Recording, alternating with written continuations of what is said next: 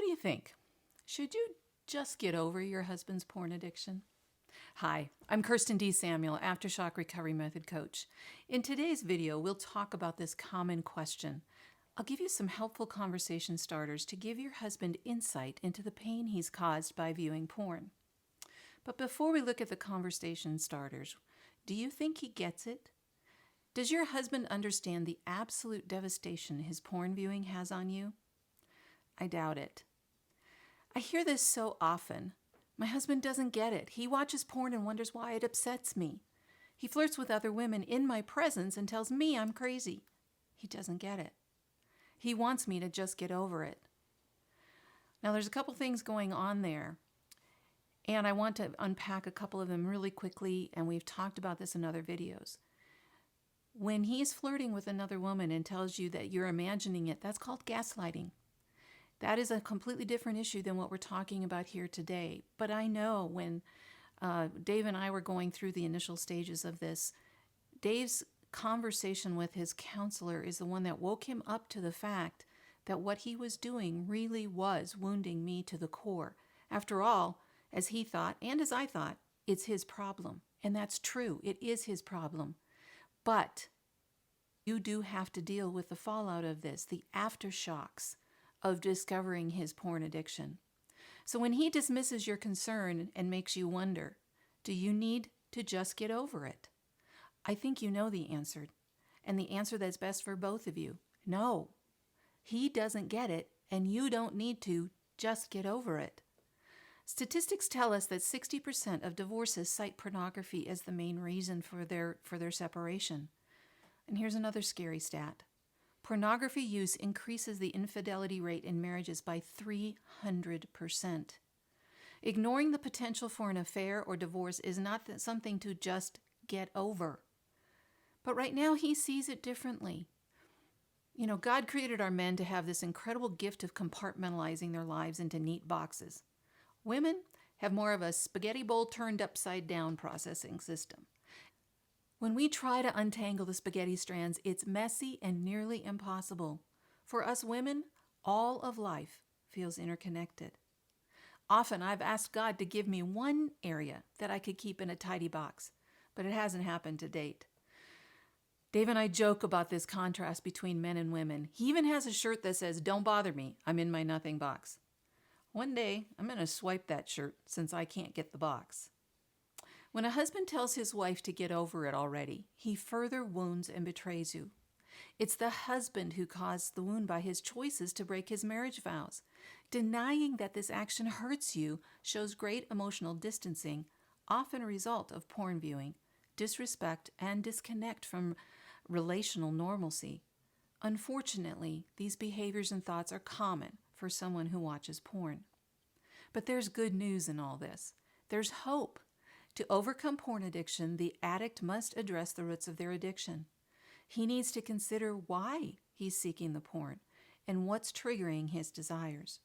Once these issues are identified, then it's time to grow and develop new neurological pathways, thoughts, relationships, and personal identity.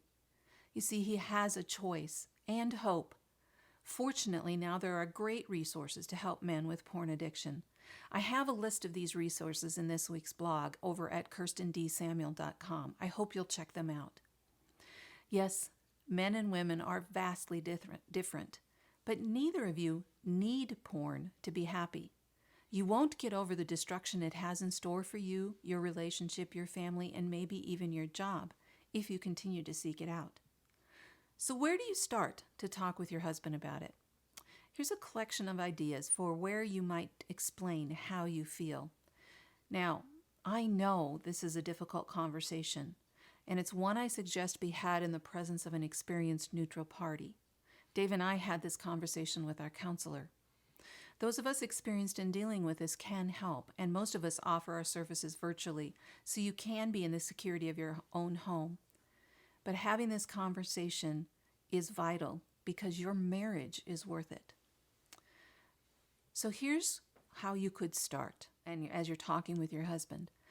I trusted you to mean every word of our wedding vows, but every time you look at porn, you break those vows. You've committed adultery, yet you continue to treat these choices with a nonchalant and cavalier attitude. I don't want to just forget it. You might as well stick a dagger in my heart and twist the blade, because that's how my heart feels. I feel shredded beyond repair. When you look at porn, you tell me I'm ugly and unlovable. When you look at porn, I believe I'm not worthy to be cherished. I feel ashamed that I can't be enough for you.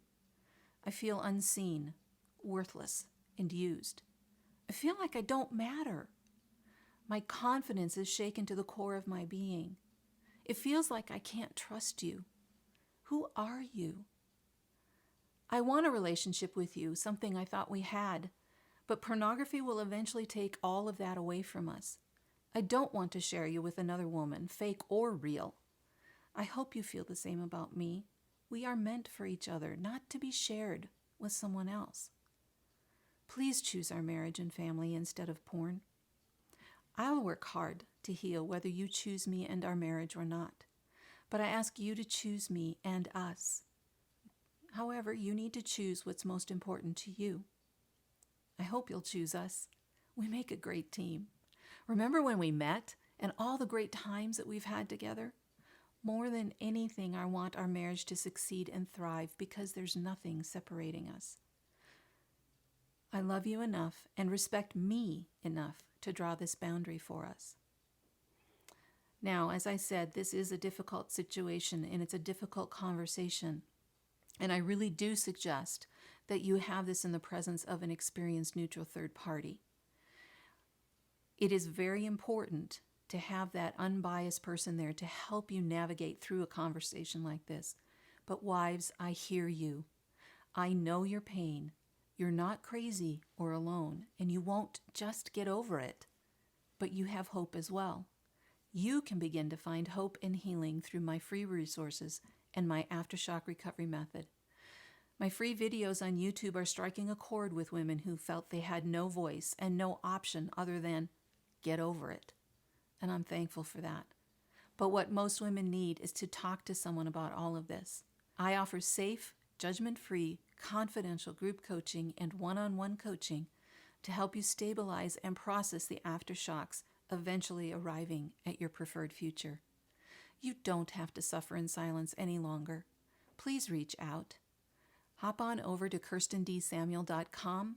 That's spelled Kirsten, D as in Diane. Samuel is SAMUEL.com. Click on the blue button that says Let's Talk.